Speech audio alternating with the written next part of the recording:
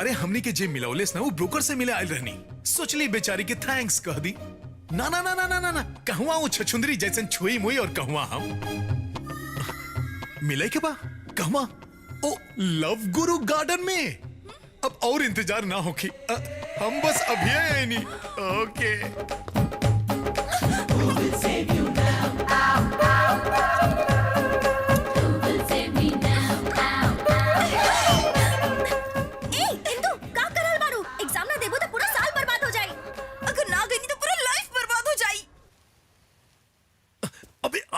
जल्दी आओ, अरे अरे ड्रेस बहुत टाइट बा। जल्दी आओ ना। बकलोल चेहरा इधर कर। का कर रहल ताड़ा गाड़ी चोरत। छी छी ई का कर रहल बाड़ा? ओ हाय वाइट ड्रेस, तू हमनी के मिला के बहुत बढ़िया काम कैलू। इंदु माय लव, इंदु हमार जान, आजा हम तोहरा के पप्पी देता नहीं। पागल बाड़ा का वो इंदु ना बिया। का मजाक करत तारू, यह तो हमार इंदु बिया। ओ नो, हम तोहरा कैसे समझाई? इंदु का इतना काला मोट और भैंस जैसन होखी। हमारा आंख से देखा तोहरा के सब कुछ पता चल जाए। सच बोल। अरे कैसे कहीं इंदु हम बानी। हनी डार्लिंग, ये दुबर पातर लड़की आके हमनी के डिस्टर्ब कर रहल बिया। डिस्टर्ब कर रहल बानी? हम तोहरा डिस्टर्ब कर रहल बानी? आजकल तू बहुत नॉटी हो गई बाड़ू। अभी बताओ तानी। अरे क्या कर रहल बाड़ू? डिस्टर्ब कर रहल बानी। पगला गई बाड़ू का? छोड़ ना हम का। अरे छोड़ दे ना, अगर बाहर उखड़ जाए। अरे अरे क्या करता है? छोड़।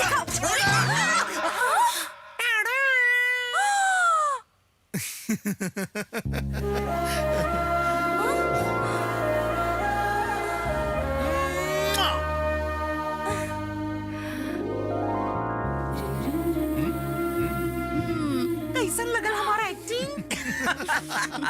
कैसे जलत रहे ना यार। अरे तू एगो किस कही तो इतना जल गई। अगर हम तोहरा किस देती तई तो हमरा मार ही डाली। हमरा के नइखे पड़े के भाई झमेला में लेके सॉरी जा। सॉरी, इला अपन ओढ़नी। ए हमने तो मजाक करत रहे। मजाक करे के हक खाली लड़की लोग के बा। और छुए के हमनी के। छुआ मत।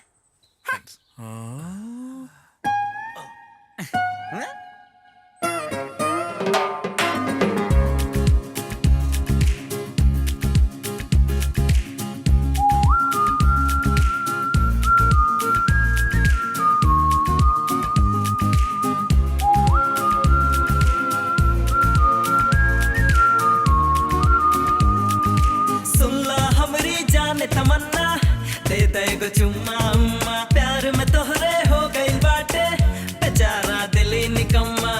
दूर ना जा अब हमसे, दीवाना करके हमके हमरी जाने जा। तू जन्म जन्म से बाड़ू ई दिल मा, दिल दे दे चाहे ले ला हमरी जान। दुल्हन बन के आजा हमरे घर मा, हम देखिला कब से तोहरे सपना।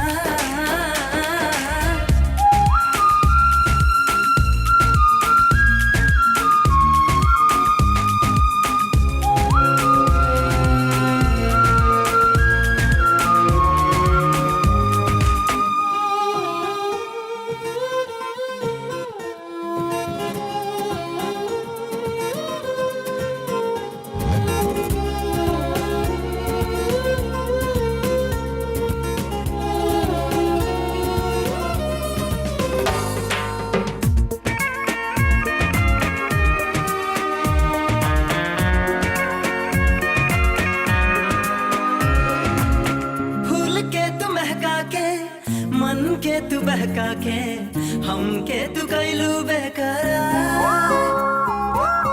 बुझा का चाहेला प्यार के बहाना से, इतना न हो खबे करार। देख तू सतावना ऐसे तड़पावना, हाल बाट दिल के बड़ बेहाल। बात में फसावना हमके बहकावना, जाने ले इरादा हम तो हार। ए गोरी हम परवाना तू शम्मा मा मा, हर जन्म से बाड़ू तू ही ई मन मा मा मा। मन के पायल बोले छम्मा छम्मा, ना मिल बूता दे दे हम अपन जान।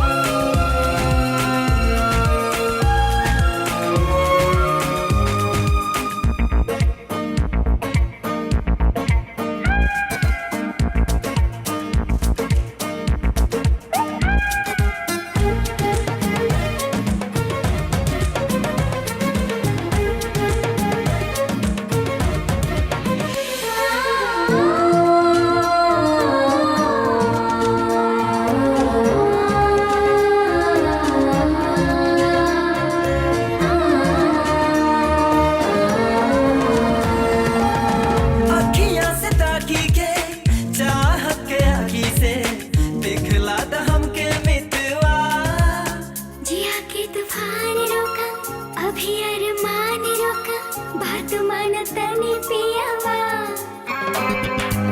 चला आसमां में दोनों पंछी बन के उड़ जाए, बुनल जाई मिलके घोंसला। इतना बताता हमके घोंसला बना के बोला, करवा वहाँ पे आके का। दिल मारी डुबकी प्यार के सागर माँ, तोहे सजा के राखब आँख के गागर माँ। एक बूंद गिरा दो शहर के तू दिल माँ, तोहरे खातिर हम लिहल जन्म इहवा।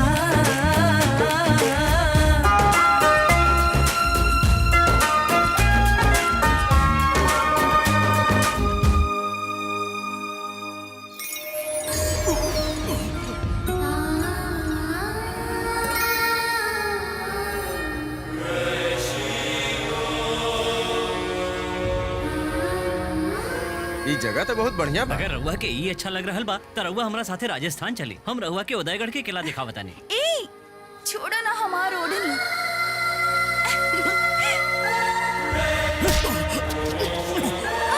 हमार बेटी के छुअला के हिम्मत कैसे भइल तोहार? बाबूजी कान खोल के सुन ला हमार बात। हमार बेटी तोहार कबो ना बन सकेली। हमार बेटी तहार कबो न बनी। तुम्हारा तोहरा अपन बेटी के साथे देख इंदु सिर्फ हमार पिया, सिर्फ हमार। समझ गए तू? अगर हमने के अलग कैला का कोशिश कैला ना तो जान ले हम तोहार। छोड़ के छोड़ दो शिव, तू हमार पिया, छोड़ ना। चला तू हमार पिया,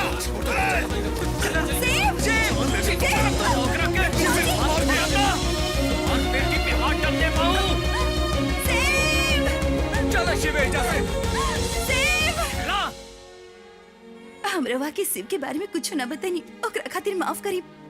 ओ गुस्सा में आके राव साथे जौन हरकत कैलस वो एक खातिर काहे कि ओकरा डर बाकी वो हमरा खो न दे। देखिए हम जानत आनी कि वो हमरा अपन जान से भी ज्यादा प्यार करेला। हम भी ओकरा से उतने प्यार करीले और हमरा और फैसला के आगे कुछ ना कहब। हम ओकरा भुला जाई।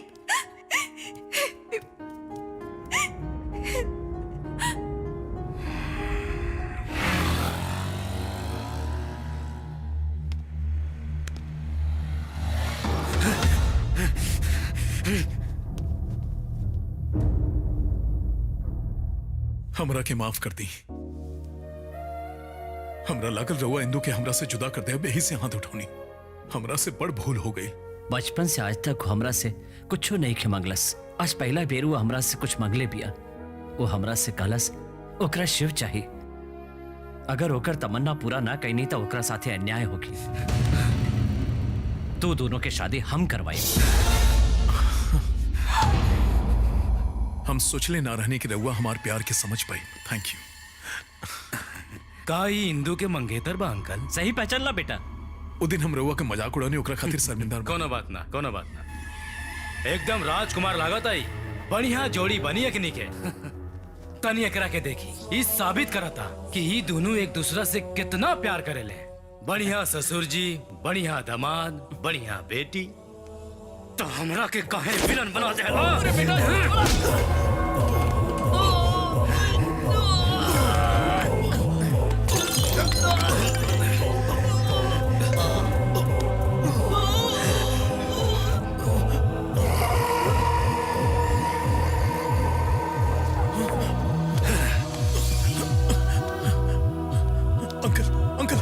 अंकल आँख खोली।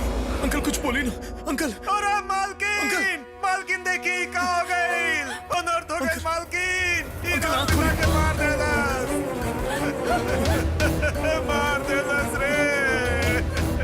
अरे खड़ा देखत का बड़ा जो हटाओ अंकल कुछ बोली ना। बाबूजी तू हमार बाबूजी के मार दिया। हम तो शकल भी नहीं की देखल चाहत।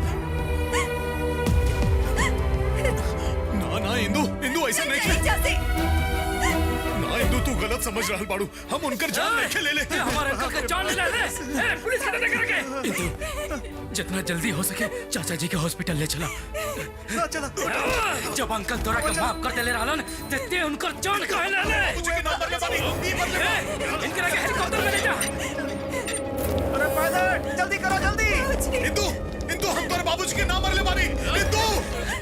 बाबूजी इंदु मत जा। इंदु पायलट का कर रहा बड़ा, इंजन स्टार्ट करा। इंदु इंदु मत जा।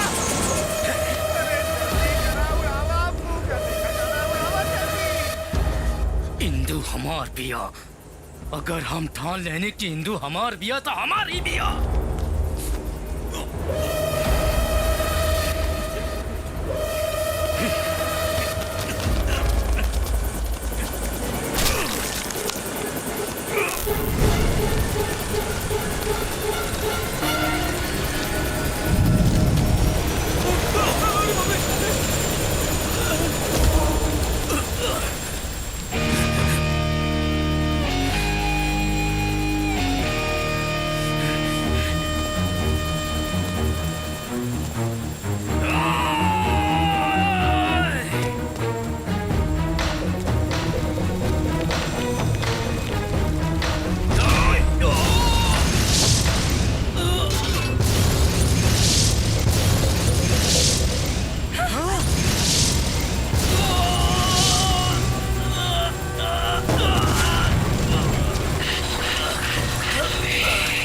दोनों से पहले ई प्रकृति तू दोनों के पहचान ली। जब तू दोनों आमने सामने आईबा, पशु पक्षियन में हलचल मच जाई और उस सूर्य के गोला भस्म होके काला पड़ जाई और जौन ज्वालामुखी के जैसे ओकर लावा बन के बाहर आई, उहे होकी भैरव।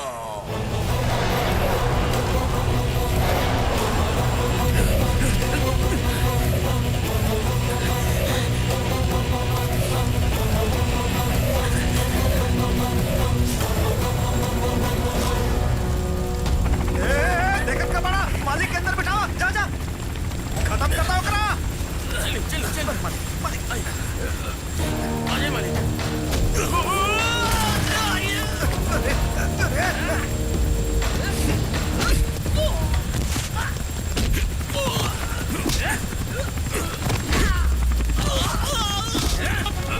इंदु इंदु मत जा, रुक जा।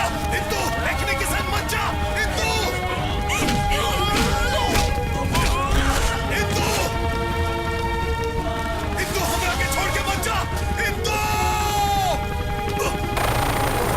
इंदु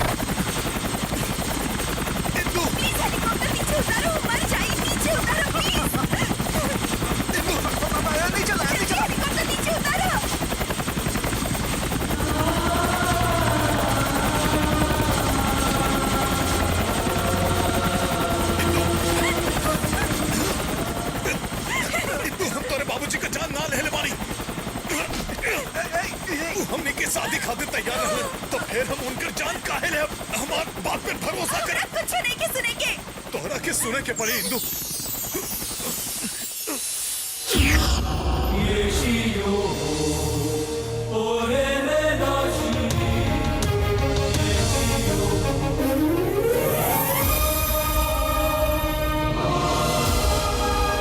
उदयगढ़ के चक्रवर्ती श्री श्री श्री विक्रम सिंह महाराज के, हमनी के राज्य के राज्यवासी ई प्रतियोगिता के निर्णय सुनावे खातिर और केहू ना हमनी के उदयगढ़ के भावी महारानी और हमनी के के महाराज के एकमात्र पुत्री राजकुमारी महित्रा एजा मौजूद रही है। यह प्रतियोगिता में जीते वाला महाराज के भावी दामाद हुई है। पहला प्रतियोगी बड़े राज्य के प्रधान सेनापति रणदेव प्रताप और दूसरा प्रतियोगी हुई है शत्रुन के पैर से कुचले वाला सब वीरन से महान वीर काल भैरव।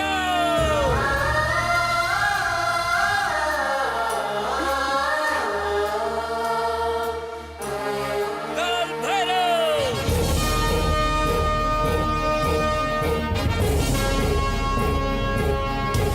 काल भैरव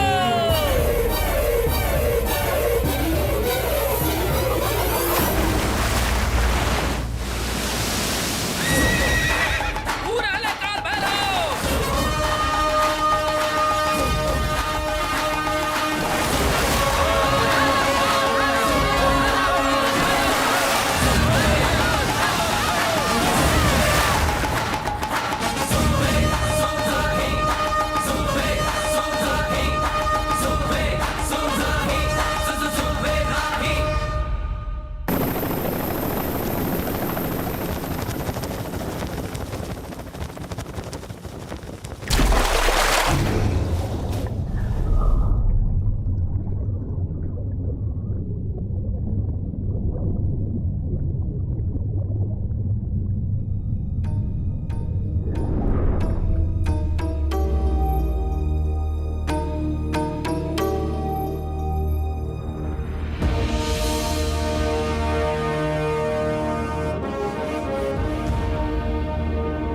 महाराज, यह शुभ लक्षण देख के तलागता कि राज्य के विनाश होखे वाला बा। कैसे विनाश राजगुरु? महाविनाश। 400 बरिस में मात्र एक बेर ही 8 ग्रह के ऐसन योग बन पावेला। ये 8 ग्रह पृथ्वी के बहुत समीप होखेलन। ये इतना प्रकाशवान होखेलन कि दिन के प्रकाश में भी स्पष्ट दिखाई देवेलन। इनकर एह योग के 3 दिन में एगो उल्का के पतन होखेला। राजकुमारी के नक्षत्र के अनुसार उनकरा पे और ई राज्य पे विनाश के छाया मंडराए वाला बा। काई विनाश से बचला के कौनो उपाय नहीं राजगुरु? ये विधि के विधान बा, एकरा बदलल ना जा सकेला। हाँ महाराज, एकर संकेत हमरा मिल चुकल बा। हमार गुप्तचर लोग सूचना देले बड़े कि उदयगढ़ के सीमा पे 1 लाख सैनिकन के साथे आक्रमण खातिर उतावला बा शेर खान। शेर खान?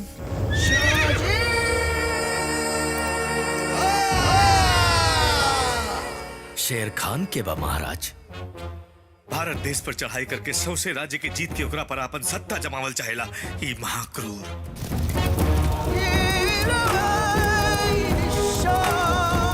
शेर खान जौन राज्य की तरफ ताकेला ओकर सामंत शेर खान के डर से ओकर अधीन हो जाला और अगर केहू ओकरा युद्ध खातिर ललकारेला तो वो ओकर साम्राज्य के जड़ से समाप्त कर देवेला। वो भयंकर तूफान हमनी के सीमा पे खड़ा बा।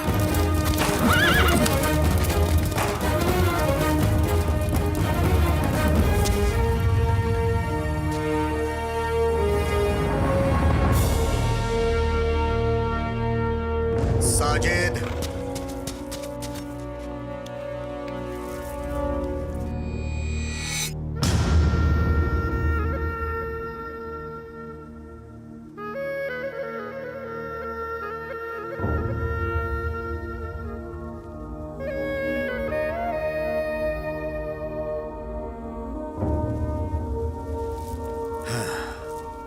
उदयगढ़, वाह कितना खूबसूरत बा। उस्मान!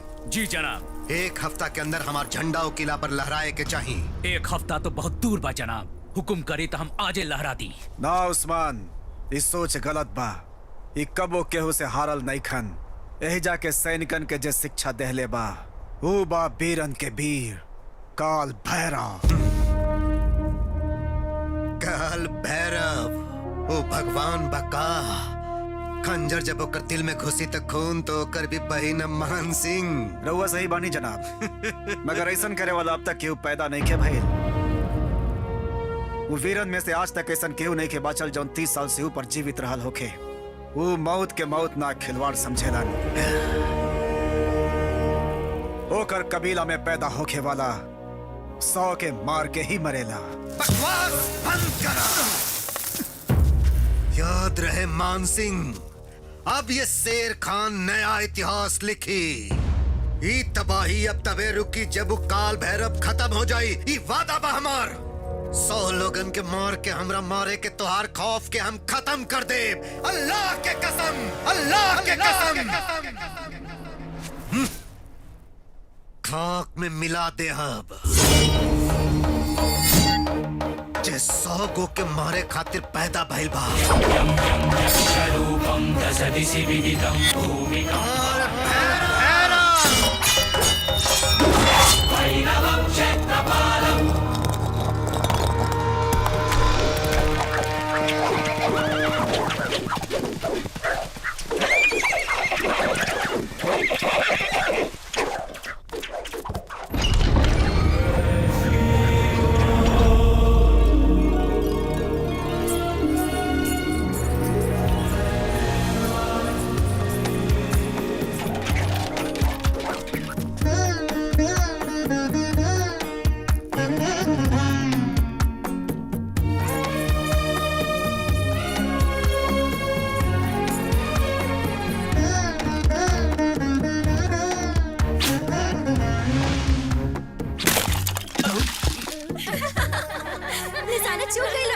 हमें मिलनी दही गिरावे खातिर ऐसे मटक मटक के चलबो तई है हो कि ना।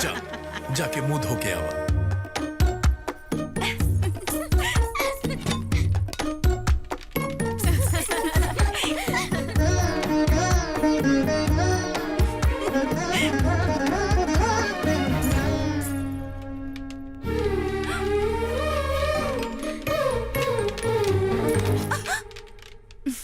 आंख मिचोली।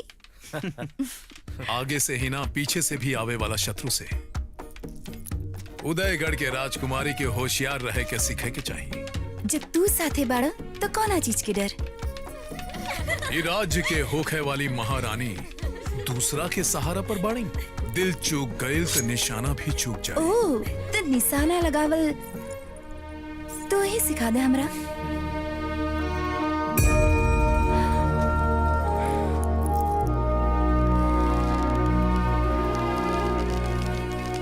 ध्यान सिर्फ निशाना पे।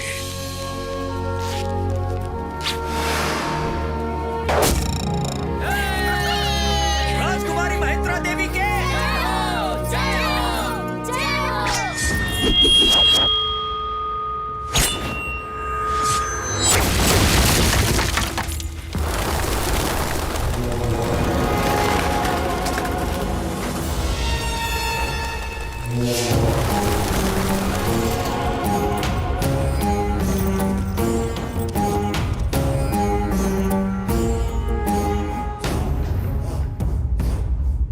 जो जाके अपन माई के आंचल में छुप जो। युद्ध खातिर ते अबे बालक बाड़े। राजकुमारी के शस्त्र विद्या सिखावे चलल बाड़े। मैत्रा, सेनापति जी, अगर रउआ शस्त्र विद्या सिखल चाहेली तई रणदेव राणा राउर सामने उपस्थित बा। एकरा से रउआ शस्त्र कला तो ना सीख पाइब, बाकी नृत्य कला अवश्य सीख ले। उदयगढ़ के चक्रवर्ती श्री श्री श्री विक्रम सिंह महाराज पधार रहल बाड़े। विक्रम सिंह महाराज के भैरव, शेर खान सीमा पर खड़ा युद्ध की तैयारी कर रहल बा। अब तक तोहार ही कबीला ए राज्य के बचावत आ रहल बा। ए राज्य के इज्जत अब तोहरे ही हाथ में बा। चाहे हमार प्राण ही काहे न चल जाए, हम ये राज्य के सुरक्षा करब महाराज। ये अब अकेला नहीं खन महाराज। ए युद्ध में अब हम इनके साथे बानी। भैरव हमरा तीर धनुष चलावे सिखवले बाड़े। रउआ देखब।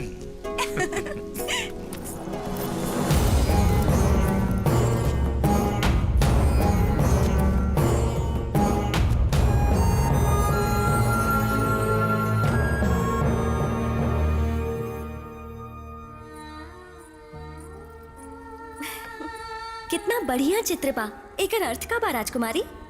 आपन प्रेम खातिर पुरान परंपरा के तोड़त ई वीर युद्ध के बदले लोगन में प्रेम जगवले बा। ऐसन बा हमार भैरव। मैत्रा, कहाँ बाड़ू? रउआ भीतर ना जा सकीले। ई राजकुमारी जी के कक्ष बा। रउआ इसे भीतर ना आ सकीले। महाराज के अगर पता चली तो अनर्थ हो जाई। हम आ सके नहीं, काहे से कि हम राजकुमारी के होके वाला पति बानी। तुम्हारी है लज्जा, ये लज्जा तो हमरा के पागल कर देवेला। तो हर तन ये फल से भी ज्यादा मीठा बा और एकरा निचोड़ के हम पियल चाहेली। ये फल के जैसे हम तोहार तन के चबा चबा के ओकर रस निकालल चाहे नहीं।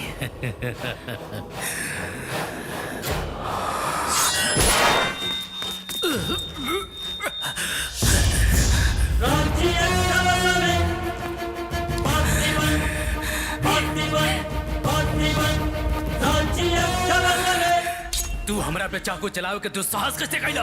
ए फल में विष भी तो हो सकेला, एकरा से प्राण भी जा सकेला। अंग रक्षक के काम होखेला रक्षा कर।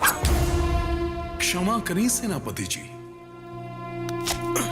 किंतु राउर प्राण एह राज्य खातिर बहुत कीमती बा।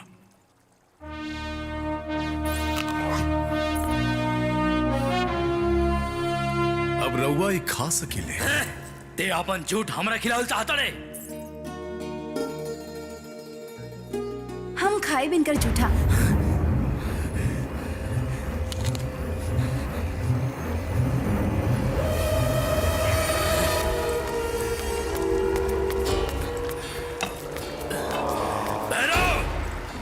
अगर हम ठान लेने की कोनो चीज हमार बा तो ऊ हर कीमत में हमार बा।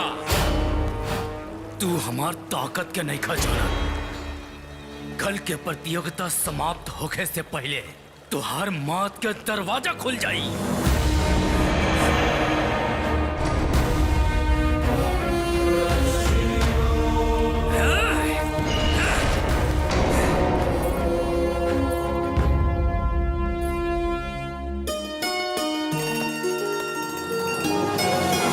और दूसर प्रतियोगी हुए शत्रुओं के पैर से कुचले वाला सब वीरन से महान वीर काल भैरव। काल भैरव पूरा ले काल भैरव।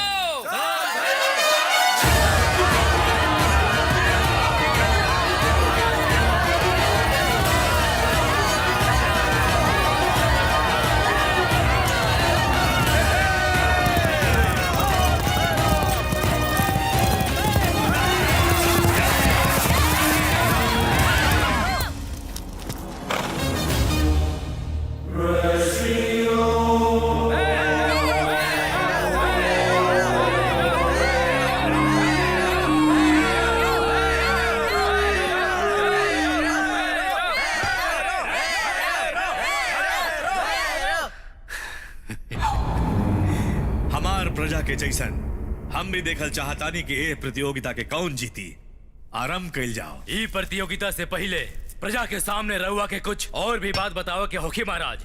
ऊ का बा? रउआ के बाद इस सिंहासन पे बैठे वाला अगला के होखी? ई रउआ का कहतानी सेनापति जी, राजा के बाद यह सिंहासन और राज्य के अधिकारी इनकर पुत्री राजकुमारी महित्रा ही होगी।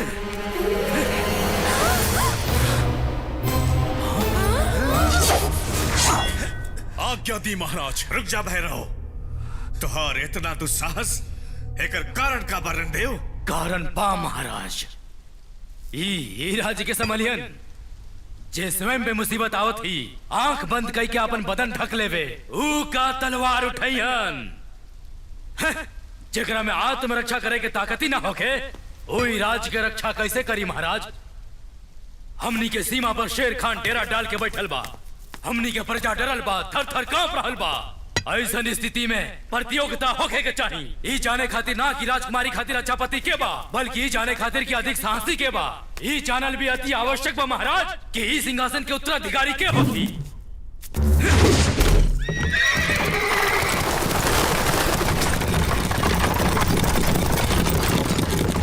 राजकुमारी मैत्रा ओकरे से ब्याह करिए जे चुनरी लाके इनके राज्य के गौरव बचाई। अगर केहू के आपत्ति होगे तो हमारा के सूली पे लटका दो, ना तो हमार चुनौती स्वीकार करी। आप कोनो उपाय नहीं खे महाराज। प्रजा राउर निर्णय के प्रतीक्षा कर रहा बा। स्वीकार बा कि ना? हमरा स्वीकार बा।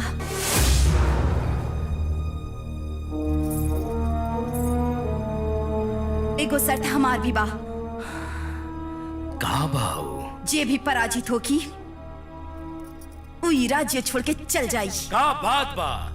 हमरा हरेबू, राज्य से बाहर निकलवाईबू और बिया ओकरा से?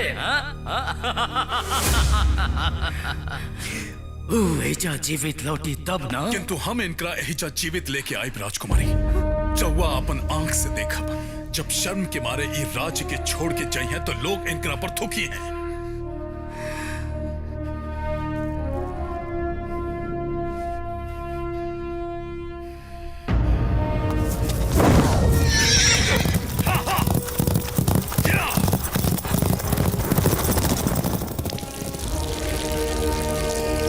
राजकुमारी के ओढ़नी के जे पहले रेखा के पार ले जाई उहे होखी विजेता।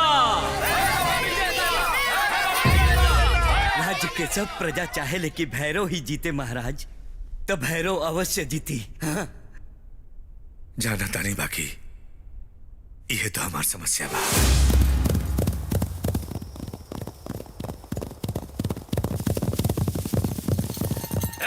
निशाना!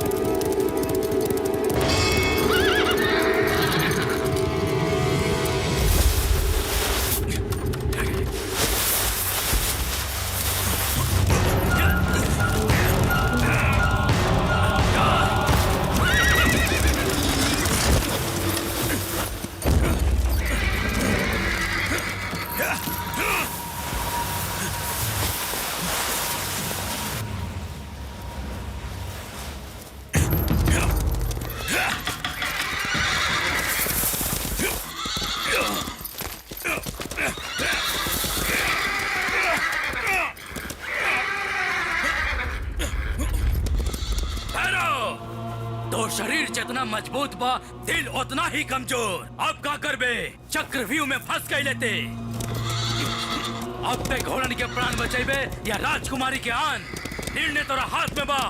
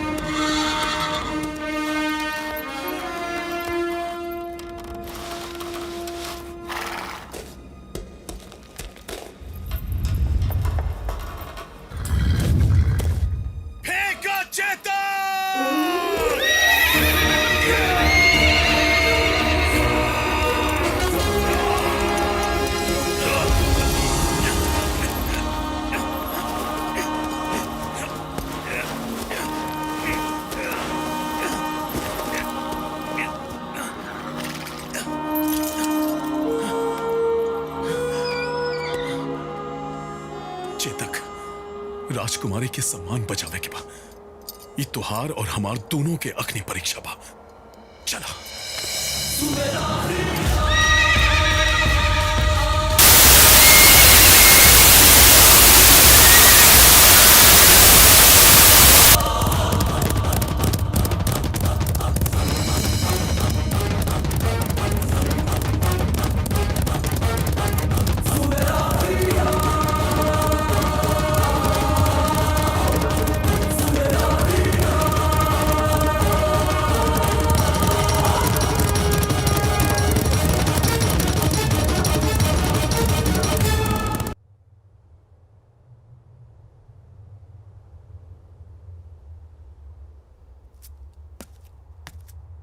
वो आ रहल बाड़े।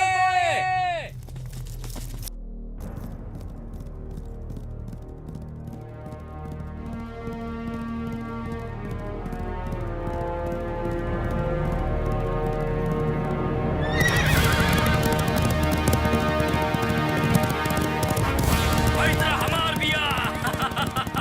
ओढ़नी तो सेनापति के हाथ में बा, बाकी जीती है भैरव ही।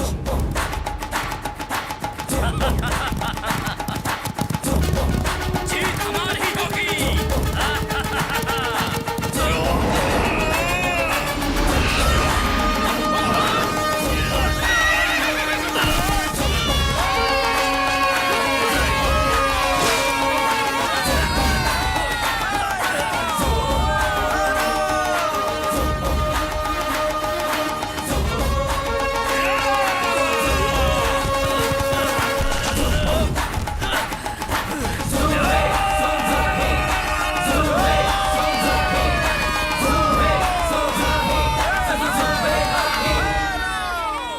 कैसे पता रहे कि भैरव ही जीती है राजकुमारी जी?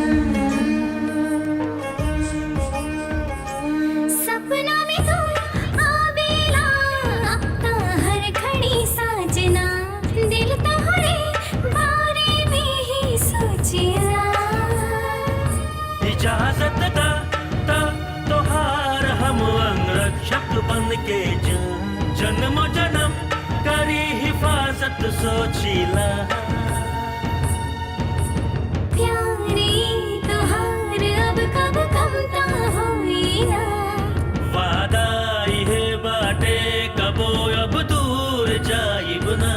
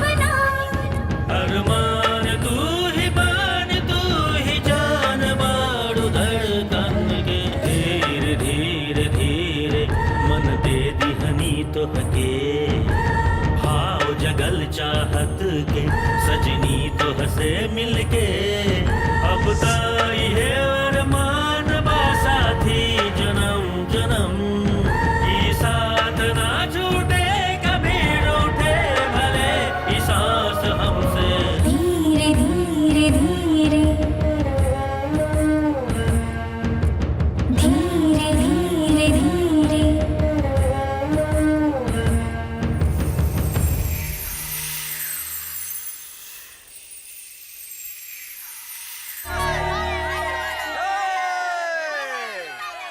तनी ऊ ओरी दृष्टि त डाली महाराज भैरव ही जितले बा भैरव ही जीती ये हम जानत रहनी महामंत्री। तो फिर दुखी काहे हो रहल बानी महाराज? राजकुमारी जी भी तो उनकरा ही प्रेम करेलिन। देखी तो उनकरा उनकर चेहरा से कितना आनंद झलक रहल बा। हम भी खुशी देख रहल बानी, बाकी ये भी देख रहल बानी कि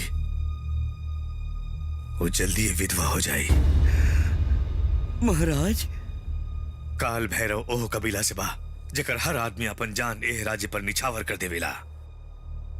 केहू भी 30 बरिस से ज्यादा जीवित ना रहेला। शेर खान से लड़त समय मरा लेकर भाग्य में लिखल बा। अगर जनला के बाद भी हमें शादी करवा देनी तो जीवन भर हम अपन बेटी के विधवा ही देखत रहब। राजगुरु ई भविष्यवाणी पहले ही कर दिले बने।